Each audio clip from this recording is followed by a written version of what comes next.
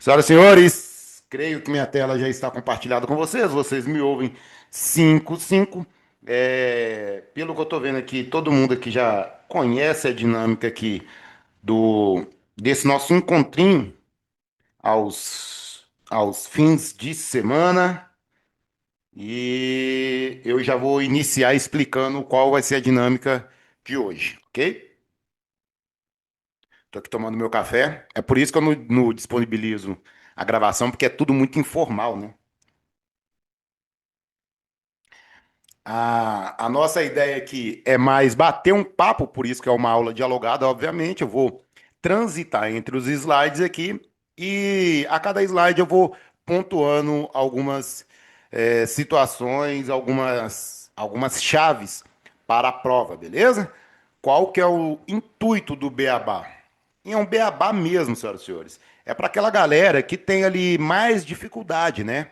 Eles têm mais dificuldade com doutrina operacional. Até estava falando semana passada, esse é o nosso terceiro encontro já, falando semana passada que a minha ideia, a priori, era o pessoal do QPE e do QoS.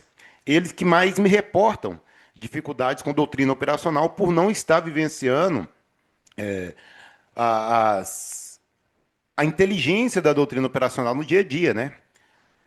E aí, por surpresa, muito colega do QOPM, do QPPM, reportou também essa dificuldade. E a gente vai vendo ali naquelas questões que a gente vai mandando diariamente, algumas questões até fáceis e o pessoal meio que escorregando. Então a ideia do Beabá é não escorregar nesses conceitos óbvios, não escorregar no óbvio da matéria, ok? Você perdeu uma questão porque não sabe, ok, tudo bem, você não sabia. Mas você perdeu uma questão porque vacilou, você sabe o conceito e vacilou, escorregou, e aí que vem a frustração, né? Aí que é frustrante, ok? Então, minha intenção não é ensinar nada, não é ensinar os senhores nada, é sim memorizar, pegar as palavras-chave para cada conceito, ok? Quer aprender mesmo? Vá lá no nosso curso regular, na mentoria que nós tivemos de janeiro a maio. Quer dar aquele último suspiro, aquela última imersão para a prova? Nós temos o super intensivo. Tranquilo? E tá top, tá muito bom o super intensivo. Então, quem tá aí achando que nós vamos aprender tudo, tudo, tudo, não, não. Não dá nem tempo. Aqui é papum rapidão, beleza?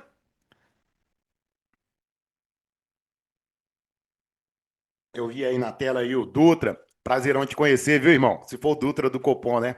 Prazerão te conhecer. Ainda mais sabendo que quem encaminhou Vossa Senhoria para o Máximo Audaz foi um amigaço. Tem uma história muito bacana com ele. Foi um amigaço, eu acho que é de 2019, 2020, cara. Quando a gente tava. Eu, né? Era eu e mais. Não vou falar o nome do pessoal, mais três oficiais. A gente estava iniciando o projeto Audaz, que em 2021 veio a perder esses três oficiais, aí ficou só o Sargento Diogo. E Deus colocou na minha frente aí o J. Pinheiro, né? Que me chamou para dar aula junto com ele. Aí nós iniciamos o Máximo Audaz, Sargento Diogo, Sargento J. Pinheiro e, à época, o Sargento Arley. Sargento Arley 2022 saiu, hoje um dos melhores professores de português que nós temos para concurso, tá, gente? CHO, CFS, cara, o cara é top, top, top demais. E, e o Dutra parece que esse colega nosso que indicou a gente lá para eles lá. Nossa, e graças a Deus nós crescemos demais. Vamos lá, vamos iniciar aqui. Já passei qual que é a dinâmica, então não vai ter muito formalismo. Então hoje, dia 1º de junho, a gente vai falar sobre gerenciamento de crise. Gerenciamento de crise cai só para tenentes e CFS. Mas você, sargento, assiste. Tem algumas coisas aqui que vai servir para você. Assiste, vai ser rapidão, tá? Até para a gente não perder a dinâmica. Então, nós vamos falar de gerenciamento de crises primeiro, e depois a gente dá um intervalinho e volta falando da instrução de primeira intervenção. Gerenciamento de crise é a instrução 30328 de 2020 e primeira intervenção é a 30324, salvo engano, de 2020 também, salvo engano, tá? Para quem me conhece aí, eu sou o Diogo Fernandes, professor de doutrina operacional. Para quem não me conhece, Eu também continuo sendo Diogo Fernandes, professor de doutrina operacional. Toda a parte de doutrina aí do Márcio Aldaz tá como a mentira, porque esse ano colocaram TCO e armazenamento de TCO como doutrina operacional, e quem deu essas aulas foi o J. Pinheiro, né? Em contrapartida, eu dei aula de plano estratégico. Tranquilo? Então, não posso deixar de falar do nosso projetaço aqui, Máximo Audaz, mentoria e preparatório. Quer alguma informação aí sobre os cursos aí? É o 31 99244 1954. Segue a gente lá no Instagram lá, irmão, ó. Máximo Audaz no Instagram. E vai lá no YouTube, tem alguns vídeos nossos no YouTube. Eu vou subir mais alguns. Vou subir sim. Mais alguns vídeos. Máximo Audaz, vai lá. Mas viu o vídeo, gente? Dá um joinha lá. Assiste o vídeo, até para que a gente ganhe engajamento, não tem nada de monetização nem nada, é só engajamento mesmo, para que a gente comece a aparecer nas redes sociais. O que está acontecendo, inclusive, graças a Deus, até eu mesmo estou recebendo já no meu perfil particular, já começo a receber imagens do Máximo Aldaz lá, isso é muito bacana. E isso tudo é devido a vocês lá. Dá um joinha lá, mete o dedo no dedão lá. É o Sidney mesmo, Dutra, é o Sidney mesmo que eu tô falando. O Sidney mesmo. Ele foi nosso aluno 2019, 2020. Mas vamos lá. Vai lá no YouTube, dá um joinha lá, dá um like lá pra gente lá, saca? Só pra gente ter um pouquinho mais de engajamento aí, ok? Então a gente inicia aí com a instrução 30328, que vai cair para Tenenx e para o CFS, que vai falar sobre o gerenciamento de crises. Primeira coisa, senhoras e senhores, vamos iniciar? Vamos iniciar. Você já está com seu caderno aberto aí na mesa? Não vai ficar só olhando slide, não. Anota tudo que a gente falar aqui. Beleza? E é caderno. A apostila, nesse momento, eu não creio que ela vai ajudar tanto. Porque a apostila lá tem as matérias imensas e eu fui coletando informações mais importantes, ok? Básicas e importantes. Então tem que ser caderno, um bloco de anotações. Escreva, para a gente memorizar visualmente o que o professor está falando, a sonoridade do que se fala. Então, memorizar o que, que o professor está falando, memorizar o que, que o professor está fazendo e memorizar, ter aquela memória muscular mesmo, né? Escrever o que vai se falando para também você ver o que está sendo escrito e tentar memorizar aquilo, ok? Lembrando que são pontos básicos, princípios para cada matéria. Nós já tivemos lá de cannabis e diretrizes de segurança, nós já tivemos GDO e plano estratégico. Hoje a gente vê gerenciamento de crise e primeira intervenção. E a partir de semana que vem o bicho pega mesmo. O bicho pega mesmo que a gente começa a ver os MTPs, ok? Alguém me cobrou essa semana aí sobre os MTPs? Eu deixei eles por último, não é à toa não, tá? Vamos lá! Então, as características do gerenciamento de crise, senhoras e senhores, anotem aí. Tenentes e CFS, anotem. Característica do incidente crítico. Cai na prova? Cai. Cai na prova. E já monta-se aí pra gente aí o nosso acrônimo, né? O nosso mnemônico. Ok?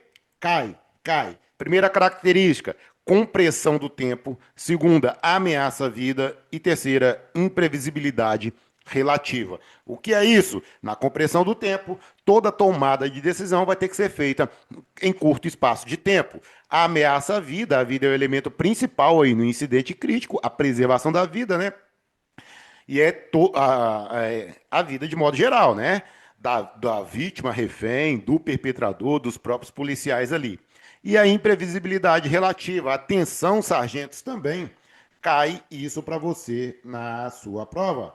Uma característica do incidente crítico é a imprevisibilidade relativa. O que é isso? Esse incidente ele é não seletivo, não sabe a hora que vai acontecer, quando vai acontecer, mas sabe que pode acontecer algum incidente, ok? Por isso que se planeja antes, se acontecer, adota alguns protocolos para quando acontecer, já ter ali treinado, já ter memorizado qual é a atuação de cada elemento, de cada componente operacional destacado para a resolutividade do incidente crítico. Então, características: cai, compressão do tempo, ameaça à vida e imprevisibilidade relativa, ok?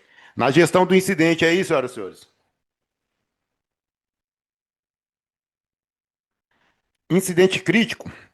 Incidente crítico ele é caracterizado como um fenômeno social ali complexo, ok? Que coloca em risco a vida dos envolvidos e exige uma resposta especial da polícia. Se exige uma resposta especial da polícia, quer dizer que não é aquela ocorrência rotineira, tranquilo? Então, para atuação aí em incidentes críticos, exige-se uma postura não rotineira. Anota isso, por favor. Uma postura não rotineira da polícia, das instituições, ok? Além disso, tem que ter treinamentos ali e protocolos específicos para atuar ali para cada tipologia de incidente crítico. Além disso, um planejamento analítico especial. Ou seja, para cada protocolo ali, eu vou ter que analisar o ambiente, analisar o que se possa acontecer em cada tipo de incidente crítico. Beleza? E letra C, implementar, confrontar e neutralizar as forças adversas. O que é isso? Tem-se que ter a capacidade de implementar os protocolos, tem-se que ter a capacidade de ir para o confronto. É isso mesmo. É responder à ameaça e neutralizar as forças adversas. Lembrando que neutralizar não é só matar, né?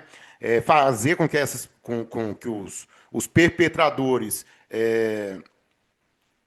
desistam da sua intenção criminosa. Pode ser também a incapacitação, pode ser a prisão dos perpetradores, tá? A neutralização não é tão somente matar o cara, né? Tranquilo? Então, com isso, por mais que se tenha protocolos já escritos, né? Protocolos, leia-se procedimentos operacionais padrão, os POPs, beleza? Protocolos, leia-se POPs, procedimento operacional padrão, ok? Por mais que já tenham esses POPs escritos, descritos, sobre ações básicas a serem desenvolvidas no desenrolar de um incidente crítico, o foco da PMMG na resolutividade do incidente crítico, ele vai se dar na cena de ação. Anota isso. A perspectiva institucional para a resolutividade do incidente crítico está o foco na cena de ação, ou seja, no meu ambiente onde está desenvolvendo um incidente crítico, é dali que eu vou tomar as decisões, obviamente amparado por protocolos específicos já treinados, já sedimentados dentro da instituição. Gerenciamento de crise. Aqui é muito importante para a senhora, senhor tenente e para o senhor cabo, senhor soldado aí do CFS, diferenciar o que é o gerenciamento de crise e o que é a gestão de risco. Senhoras e senhores, a gestão de risco ela ocorre antes do pau torar, antes do gerenciamento de crise. O gerenciamento de crise ele é adotado, os protocolos são adotados na fase incidental do incidente, ok? Os protocolos, eles são implementados, né? Eles são executados numa situação de crise, ok? Já a gestão de risco, não, ela engloba todas as outras circunstância de normalidade, da crise em potencial e na situação de crise também. Isso é a gestão de risco. E no gerenciamento de crise vai ser adotado na situação de crise. Ou seja, gestão de risco aqui, ó, ela vai antecipar, evitar uma crise.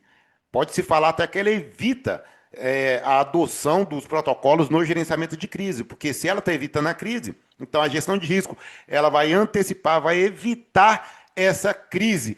E caso ocorra a situação de crise ali, vai permitir providências para mitigar os danos e resolver aquele incidente. Então a gestão de risco ela vem antes do gerenciamento de crise. Ela vai dar suporte aos protocolos adotados no gerenciamento de crise, ok? Aqui na gestão de risco vai se avaliar incerteza, planejar os recursos para evitar a crise. Com a gestão de risco, a gente não quer que a crise se instaure. E se instaurar, eu já vou ter ali providências para mitigar os danos, né? Para minimizar os danos e para resolver o incidente, ok? Para isso aí, vai minimizar e aproveitar as incertezas do ambiente. Então, para a gestão de risco, eu tenho que passar por um processo de análise, o processo de gestão de risco. Esse processo de gestão de risco, senhoras e senhores, eles englobam toda a instituição nos seus diversos níveis. A abordagem ela é ampla, corporativa ali, avaliando as incertezas, as oportunidades, as fraquezas da instituição. Então, para que eu tenha esse processo de gestão de risco, eu vou ter um diagrama, que é o diagrama do processo de gestão de risco mesmo, onde vai se ter cinco etapas. Cinco etapas. Primeiramente, analisar o contexto. Para eu saber o que gera risco para a instituição, eu tenho que analisar o contexto. Tem que estabelecer um contexto. Depois, identificar o que é o risco. Identificar os riscos. Terceiro, analisar o risco, né, pegando as probabilidades, as consequências desse risco. Depois eu vou avaliar, é uma avaliação estimativa, mas vou avaliar esse risco e, por último, fazer o tratamento de cada risco, identificado, analisado e avaliado, ok? Tem-se aqui que essas três fases, intermediária, identificação, análise e avaliação do risco, é o processo de avaliação do risco. Eu tenho como um todo, o processo de gestão de risco, mas a avaliação de risco é a identificação, análise e avaliação do risco, né? O processo de avaliação do risco. Tranquilo? Então vamos lá. Para estabelecer o contexto, eu tenho que saber o escopo, o critério a ser utilizado, qual é o tipo de fato, qual a responsabilidade da PM na resolução daquele incidente que pode acontecer, né? Os fatores, né? Os fatores internos e externos ali que podem vir a criar uma situação de risco para o policiamento, para a polícia, para a instituição. Então, estabelece-se o contexto, qual o tipo de fato que pode trazer esses riscos à instituição, à polícia ostensiva. Tranquilo? Estabeleci o contexto, vou identificar o risco, é estabelecer como, quando, por quê, mas quando, Diogo? Não falaram que o incidente crítico, uma das características dele é a imprevisibilidade relativa? Sim, sim, sim. A imprevisibilidade relativa é uma característica. Na identificação do risco, na hora que for identificar lá, por exemplo, aqui tem muito banco, cara. Aqui no meu município tem muito banco. Então, há uma probabilidade de ocorrer o domínio de cidades, né? O pessoal invadir aqui para pegar o dinheiro no banco. Beleza? Opa, já estabeleci um contexto, ó. Já estabeleci um contexto. Tem muito banco na minha área. Qual o risco? O domínio de cidades, ó. Letra feia, né? O domínio de cidades. Como pode acontecer? Opa, já estou verificando aqui as faltas que eles podem chegar. Quando? Mais perto do pagamento, ou mais próximo ali, quando a movimentação maior circulação de dinheiro ali na cidade. Olha aí, ó. Quando? E por que pode acontecer o domínio de cidades? Os caras estão buscando dinheiro que está circulando aqui no município, tá vendo? Já está identificando o risco. Identificou o risco, eu vou analisar, trazendo as consequências e a probabilidade de se acontecer. Então, para cada risco identificado, eu vou ter ali que compreender quais as suas consequências e quais as probabilidades de acontecer. Depois eu vou avaliar. Avaliar é eu ver aqui o que pode acontecer lá, por isso que é uma avaliação estimativa. É quase igual a avaliação de possíveis resultados do MTP1, né? Eu estou vendo aqui o que vai acontecer lá. Nessa antevisão é que vai propiciar uma tomada de decisão sobre o risco identificado. Opa, se acontecer o domínio de cidades aqui, o que vai se fazer. Você vai ver que a gente vai ter até ferramentas que vão propiciar uma resposta, né? Vai propiciar contramedidas para esse risco identificado. Tranquilo? Além disso, na avaliação estimativa vai se ver a adoção de outras medidas que visam mitigar ou solucionar o problema. Tranquilo? E por último, eu tenho o tratamento do risco. Tratamento do risco, senhoras e senhores, são os protocolos. É fazer os protocolos mesmo, os POPs, ok? E naqueles que já existem ali, vem a necessidade de se atualizar, de se aperfeiçoar protocolos. Tranquilo? Vamos lá, nesse processo de avaliação de risco, eu não falei para vocês ali que tem que identificar, analisar e avaliar os riscos. Para isso, a PM usa uma ferramenta de acrônimo SWIFT. SWIFT é um acrônimo aí de um termo em inglês, né? Mas só lembrar que a ferramenta para avaliar o risco para o gerenciamento de crise é o SWIFT. O SWIFT, ele pega uma técnica americana aí, que é o what if. E se? E se acontecer isso? E se acontecer aquilo? No caso aqui, não cabe aquele negócio, né? Ah, mas se meu pai tiver. Não, não, não cabe, né? Se minha mãe fosse homem, eu teria dois pais, não cabe isso. É em si mesmo, é o what if. É para cada risco identificado, eu perguntar, e se acontecer isso? Ou seja, eu vou ter uma análise de cenário e vai utilizar a ferramenta Swift com a técnica What If e se. Para materializar a metodologia, para materializar a técnica em si, tem-se o formulário VISA. O formulário VISA, ele vai me trazer uma leitura de cenário e as respostas que podem acontecer, né? A resposta a ser dada, as contramedidas. Ele está aí na sua tela, olha lá. E se, no primeiro quadrado, eu coloco a identificação do risco, beleza? No segundo aqui, a resposta, a contramedida a ser dada para aquele risco identificado, analisado e avaliado.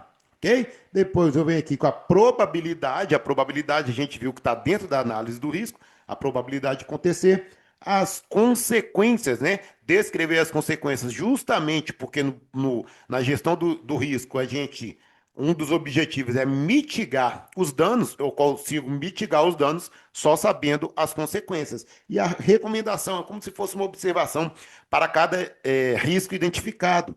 Em Belo Horizonte, a época que estava fazendo essa, essa instrução, nós tivemos o julgamento de uns caras do PCC, foi aqui no Fórum Lafayette. Foi daí que se utilizou aí o formulário FISA, né? O BOP lá, para identificar os riscos lá, risco de arrebatamento de preso, de algum sinistro contra o fórum. Eles fizeram todo o mapeamento ali, utilizando a técnica What If, né? A técnica e se. E está documentado, tá, gente? Só é sigiloso por causa das informações que tinha. Vamos lá? Então, aqui explicado aqui o uso da ferramenta Swift com a técnica, o What If, né, com a técnica em si, utilizando o formulário Visa. Formulário. Isso aqui é só para tenentes e sargentos, tá? Objetivos do gerenciamento de crise. Veja, nós já falamos de gestão de risco. Nós já falamos de tudo que antecede uma situação de crise. Agora nós estamos falando da situação de crise em si. O gerenciamento de crises. Quais são os objetivos do gerenciamento de crise? Anote, tenente. Anote, cabo soldado. Anote. Objetivos do gerenciamento de crise. Fique a par. Preservação de vidas, aplicação da lei e restabelecimento da normalidade. Olha, não é restabelecimento da ordem pública, não. É restabelecer a normalidade, ok? A aplicação da lei, a preservação de vidas. Quanto à preservação de vidas, é de todas as vidas envolvidas, do perpetrador, do refém ou da vítima ali, dos próprios policiais, beleza? Entretanto, o nosso próprio arcabouço legal, ele dá um poder discricionário ao policial de sopesamento de direitos, ok? Quando todo mundo tem direitos ali, vai ter que ver ali qual direito é mais relevante a se garantir. Por exemplo, todo mundo tem o direito à vida. Só que o perpetrador está colocando em risco a vida de outras pessoas, de refém, de, de, de alguma vítima, ok? O perpetrador, por mais que ele tenha direito à vida, ele está contra a lei, né? Ele está fazendo alguma coisa que a lei coloca como crime e ainda coloca em risco a vida de outras pessoas. Na preservação da vida, na hora que eu tiver que resolver uma crise, por meio do sopesamento, qual vida que eu vou ter que privilegiar, qual vida eu vou ter que garantir em detrimento da outra. Obviamente, a vida de quem não está fazendo nada errado, da vítima, a vida de quem está sofrendo, inclusive, algum atentado. Então, vou ter que sopesar. Então, a preservação da vida é primordial entre a vida de inocentes e a vida do autor. As excludentes de ilicitude ali, no caso, ela vai priorizar a vida das pessoas de bem, ok? Então, o objetivo do gerenciamento de crise, preservar vidas, aplicar a lei e restabelecer a normalidade. Fases do gerenciamento de crises. Fases do gerenciamento de crise. São três fases: pré-incidental, incidental e pós-incidental. O que é isso? Eu vou ter uma fase onde eu vou desenvolver ações antes da crise se instalar, que é a fase pré-incidental. Quando a crise se instalar, eu vou ter ações direcionadas à fase incidental e após a resolutividade da crise, eu vou ter ações a serem tomadas na fase pós-incidental. Na fase pré-incidental aqui, ó, já tem o estabelecimento do contexto, né? Então, vou conhecer cenários possíveis para intervenção policial e realizar os atos preparatórios, quais sejam confecção de protocolos, treinamentos, realização de planos de intervenção, tranquilo? E os protocolos operacionais, que são os POPs, fazer um checklist. Isso tudo antes de ocorrer a situação de crise, antes de ocorrer a fase de confrontação, né? Que é também chamada de fase incidental. A fase incidental, anote, é o momento que está ocorrendo a crise, é o momento que está ocorrendo a situação de crise. Tem três fases, três contramedidas a serem adotadas na fase incidental. Lembrando que a gente está falando de gerenciamento de crise, então é um assunto voltado para gestores. Os gestores, eles vão ter que adotar ações ali por uma pronta resposta, para coordenação e controle e para a resolução, ok? A primeira contramedida é a pronta resposta. É o quê? Ir até o local mesmo ali, ó, e já providenciar as ações ali para parar o perpetrador, ok? A gente sabe que no incidente crítico, as primeiras ações são adotadas pelo primeiro interventor e pelo controlador do incidente.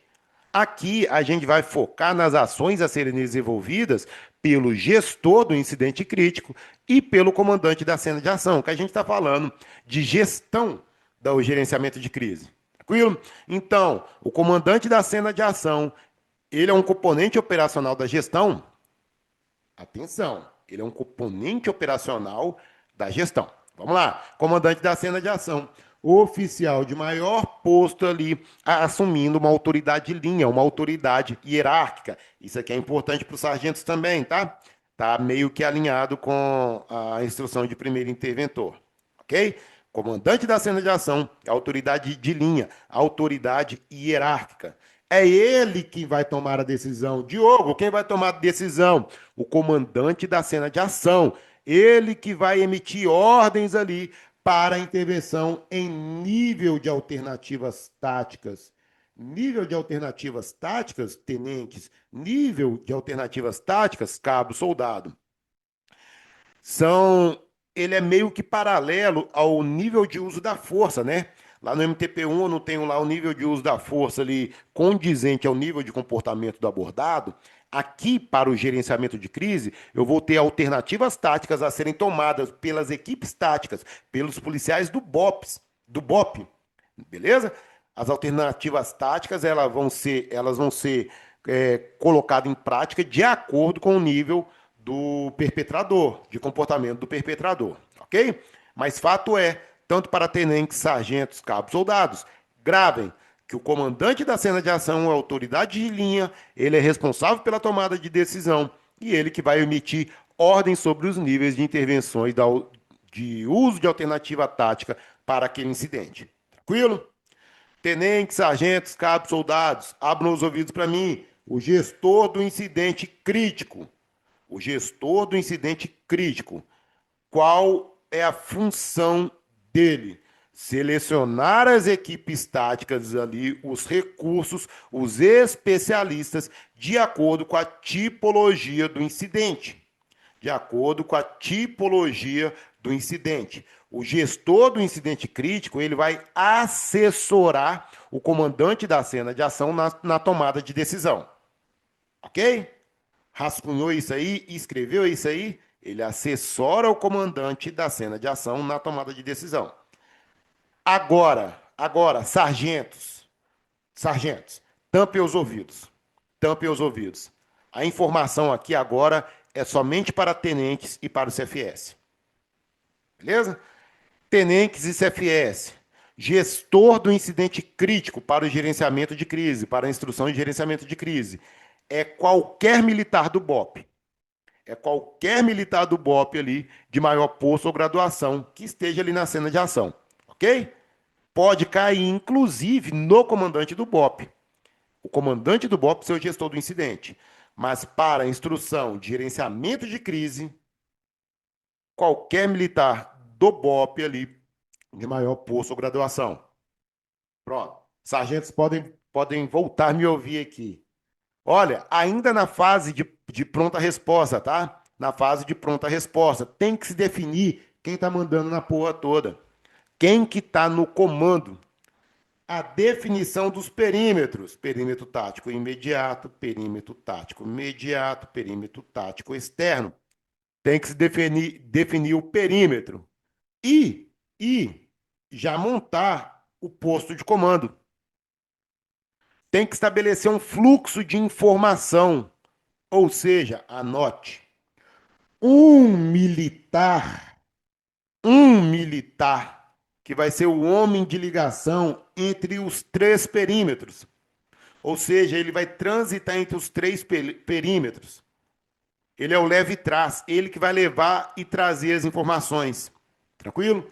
Além disso, senhoras e senhores, na fase de coordenação e controle, na contramedida de coordenação e controle, lembra que a gente está dentro da fase incidental ainda.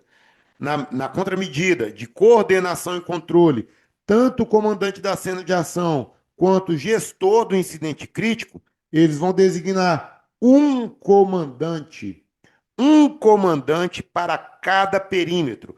Um comandante para cada perímetro. Então, vou ter um comandante para o perímetro tático externo, um comandante para o perímetro tático imediato e um comandante para o perímetro tático imediato. Ok? Já falei de manter o homem de ligação entre os três perímetros, ele que vai fazer contato com esses comandantes de cada perímetro. Um canal de comunicação, é uma canaleta de HT mesmo. Para quem? Para quem? Para quem comunicar as equipes táticas, o gestor do incidente e o CCA e o comandante da cena de ação. Ok? Uma canaleta mesmo. Um policial lá dentro do posto de comando. Quem fica no posto de comando? Né? O comandante da cena de ação e seu staff. Eu vou ter que ter um policial ali para fazer o relatório ali, a timeline mesmo. Formalizar, registrar cronologicamente todas as ações adotadas no incidente crítico, ok? E vou ter que ter um policial para manter o contato com a imprensa. Vou morrer aqui, tá? Porque lá na primeira intervenção a gente sabe ali que o controlador do incidente, ele vai falar ali qual militar que vai manter o contato com a imprensa ali, porque o primeiro interventor e o controlador do incidente é que possui, né, ali maiores informações não, mais informações a respeito do incidente, ok? Além disso, o comandante da centro de ação, o gestor do incidente, eles vão falar ali para os líderes de cada equipe tática identificar os locais para a instalação, para a colocação dos snipers, dos spotters, quais os melhores pontos de adentramento, quais as áreas de fuga e outras informações. Só lá na mente, um minutinho.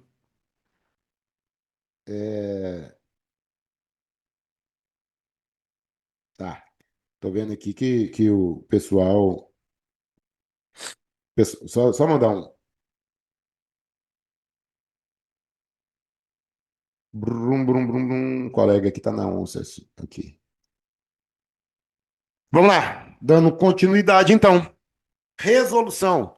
Resolução é mais uma contramedida adotada na fase incidental. O que é a resolução?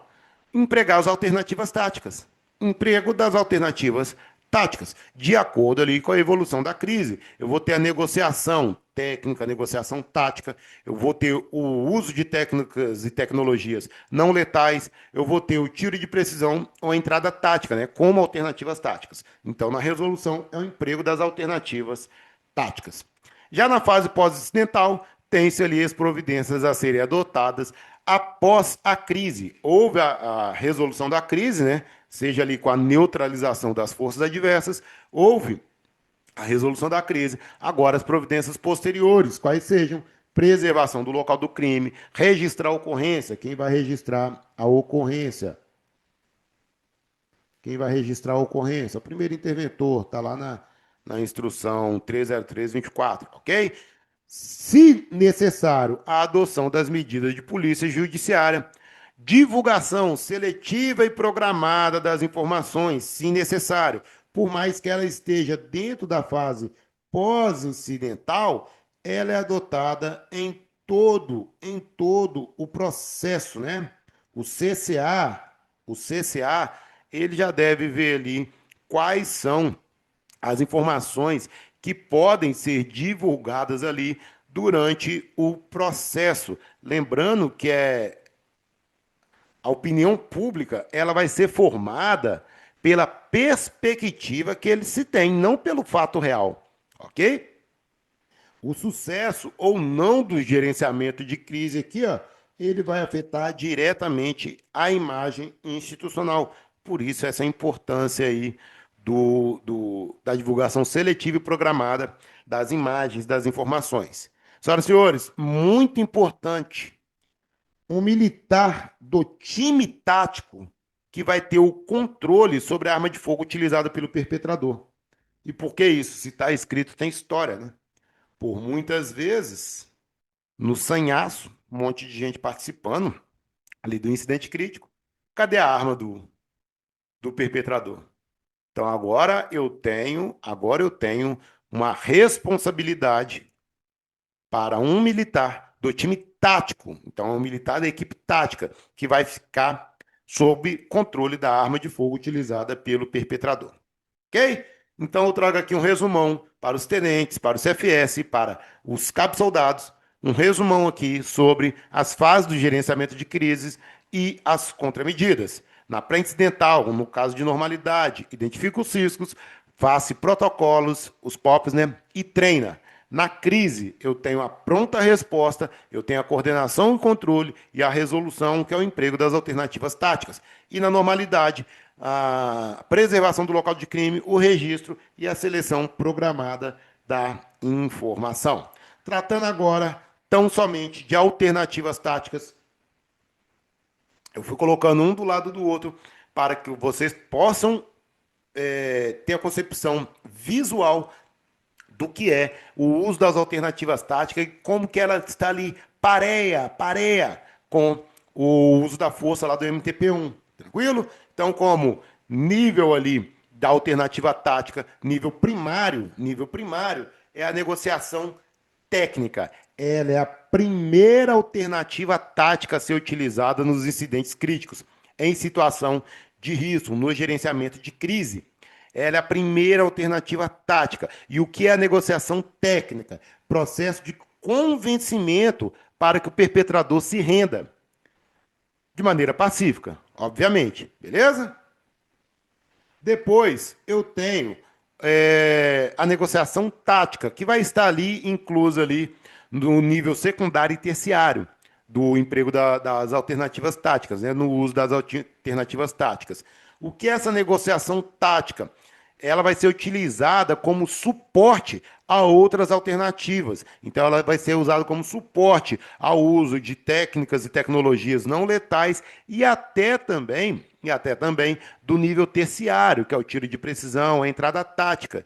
Essa negociação tática aqui, senhoras e senhores, ela vai ser um subterfúgio, uma cortina de fumaça, né?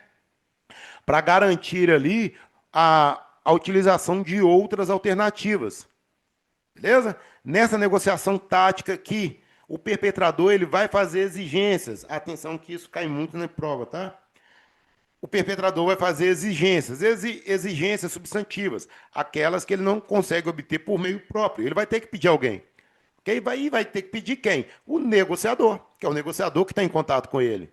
Isso é a negociação tática. Vamos trocar, vamos fazer uma troca, ok? Eu tenho exigências negociáveis e não negociáveis. Negociáveis, comida, cigarro, bebida, cobertura da mídia. Cobertura da mídia. Coloco como negociável, mas não pode ser empregado o jornalista como intermediário, tá? A cobertura da mídia, eu posso sim utilizar jornalistas ali, como o cara pediu. Não, eu quero a mídia. Pode chamar a mídia, mas ele não tem contato direto com os jornalistas, ok? Bebidas, quantidade mínima para sempre peça bebidas, tranquilo?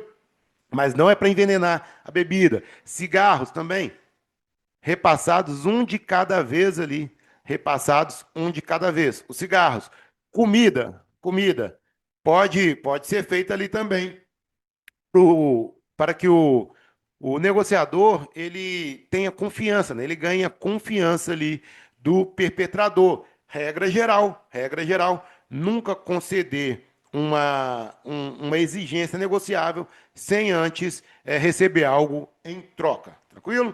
Não negociáveis, eu tenho armas, drogas, eu tenho ali perdão por crimes ou remissão das penas e a troca de reféns. Nunca negocio refém, justamente porque pode haver a quebra da síndrome de Estocolmo, né? Então, nunca negocia refém. Arma, por quê? Obviamente, senão vai aumentar o poderio do perpetrador. Drogas, ele vai causar uma sensação irrealística no perpetrador. E perdão por crimes, remissão das penas também não, porque um dos objetivos do gerenciamento de crise é a aplicação da lei. Para o nível secundário do emprego das alternativas táticas, eu tenho o uso de armas não letais, munições não letais, técnicas e tecnologias não letais, tudo isso visando a imobilização, visando a condução do meu incidente crítico para um resultado, né?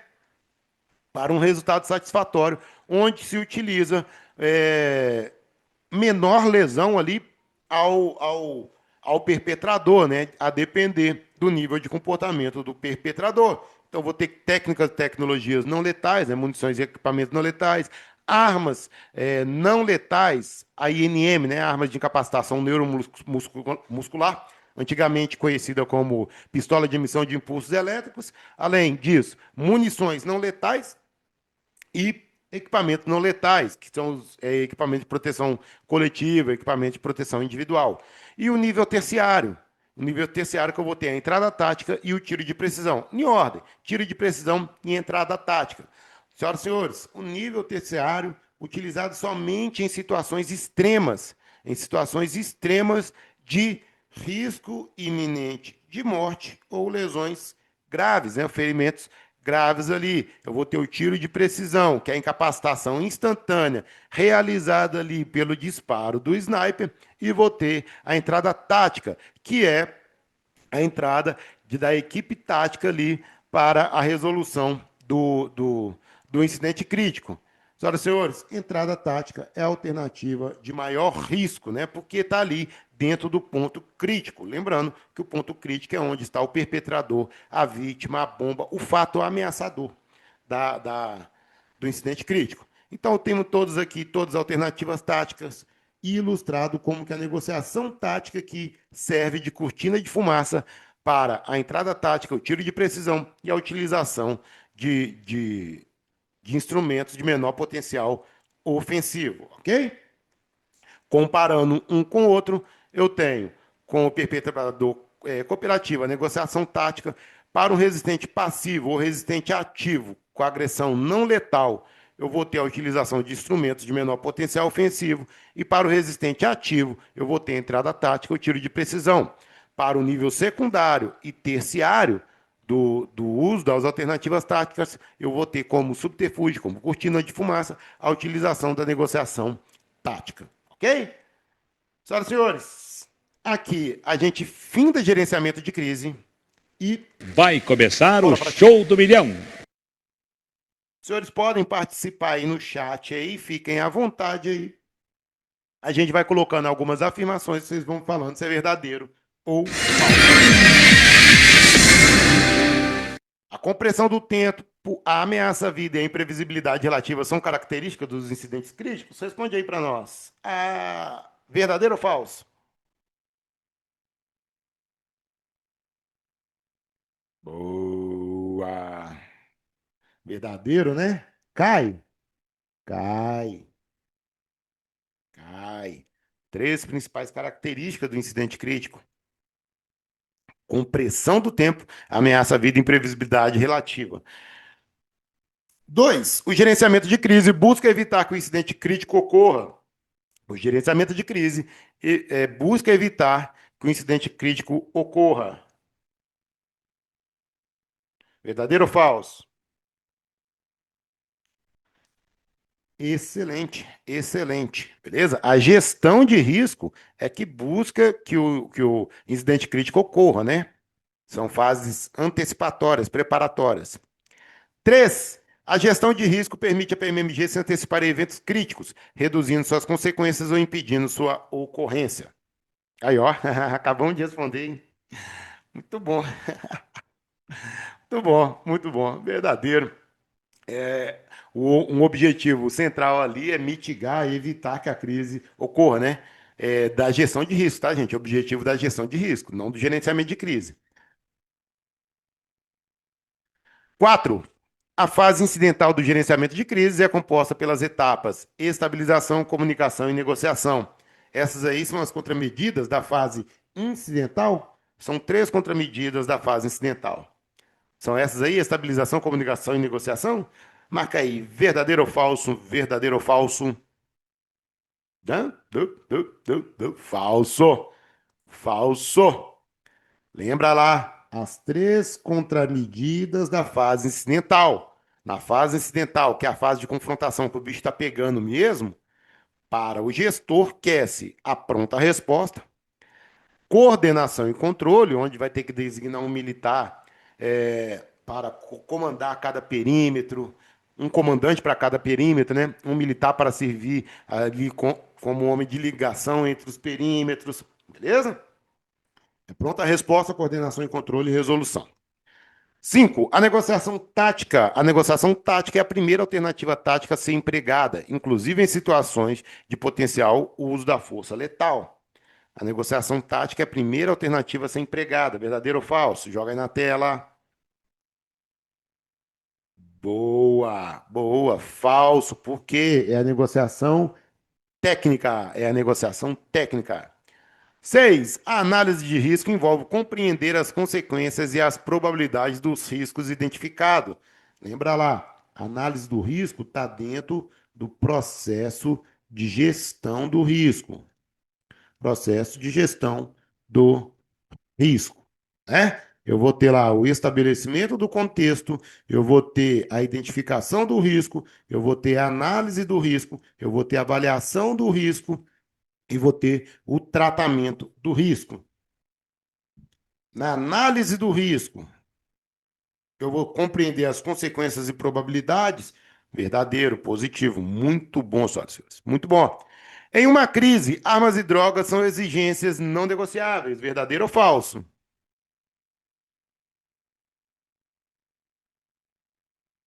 Verdadeiro ou falso? Joga aí. Verdadeiro, verdadeiro, verdadeiro. O pessoal tá bem aí, ó. O pessoal tá bem.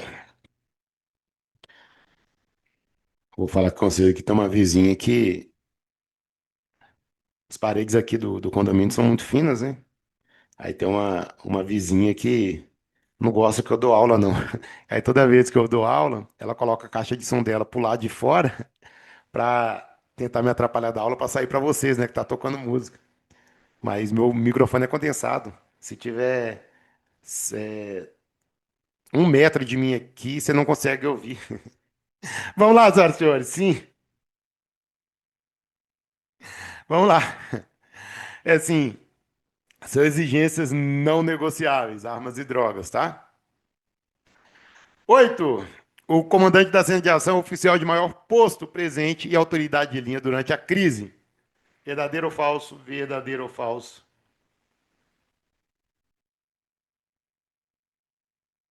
Verdadeiro, verdadeiro, verdadeiro, verdadeiro. Muito bom. Verdadeiro. Verdadeiro. 8. O uso de jornalista como intermediários na negociação é uma exigência negociável.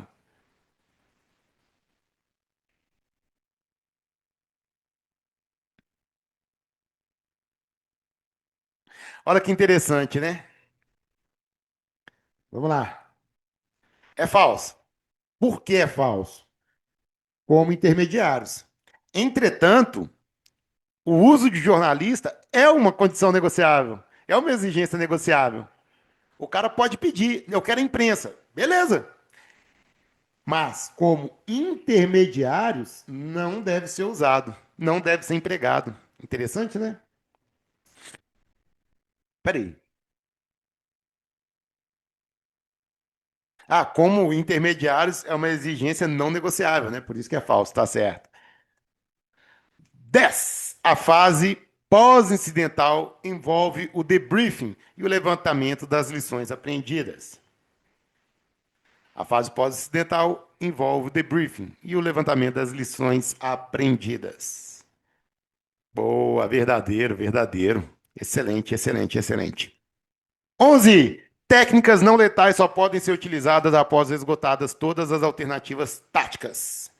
Técnicas não letais só podem ser utilizadas após esgotadas todas as alternativas táticas. Excelente. Falso. Falso. A alternativa tática, inclusive, é uma cortina de fumaça para se utilizar as alternativas de armas e técnicas, né? Técnicas e tecnologias não letais. 12. A entrada tática e o tiro de precisão são alternativas táticas do nível terciário, reservadas a situações extremas, verdadeiro ou falso. A entrada tática e o tiro de precisão são alternativas táticas do nível terciário, reservadas a situações extremas. Verdadeiro. Quais são essas situações extremas? Risco iminente de morte e ferimentos graves. Risco iminente de morte e ferimentos graves. 13. A ferramenta SWIFT é usada pela PMG para avaliação de riscos com base na técnica IC. Verdadeiro ou falso? Verdadeiro ou falso?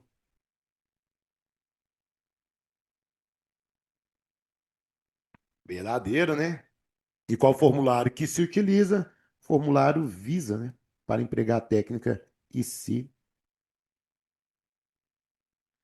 Muito bom. 14. O gestor do incidente é o policial de maior posto ou graduação presente na cena de ação. O gestor do incidente é o policial de maior posto ou graduação presente na cena de ação. Falso. Muito bom. Muito bom. Ok? Porque o gestor do incidente é o policial do BOP. É o policial do BOP que tem a função de assessorar o comandante da cena de ação, que este sim é o policial de maior posto na cena de ação. E 15. A opinião pública durante a crise é moldada mais pela percepção do que pela realidade objetiva.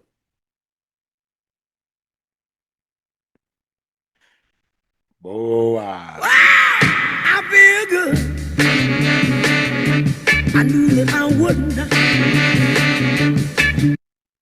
Senhoras e senhores, e é isso mesmo, é isso mesmo.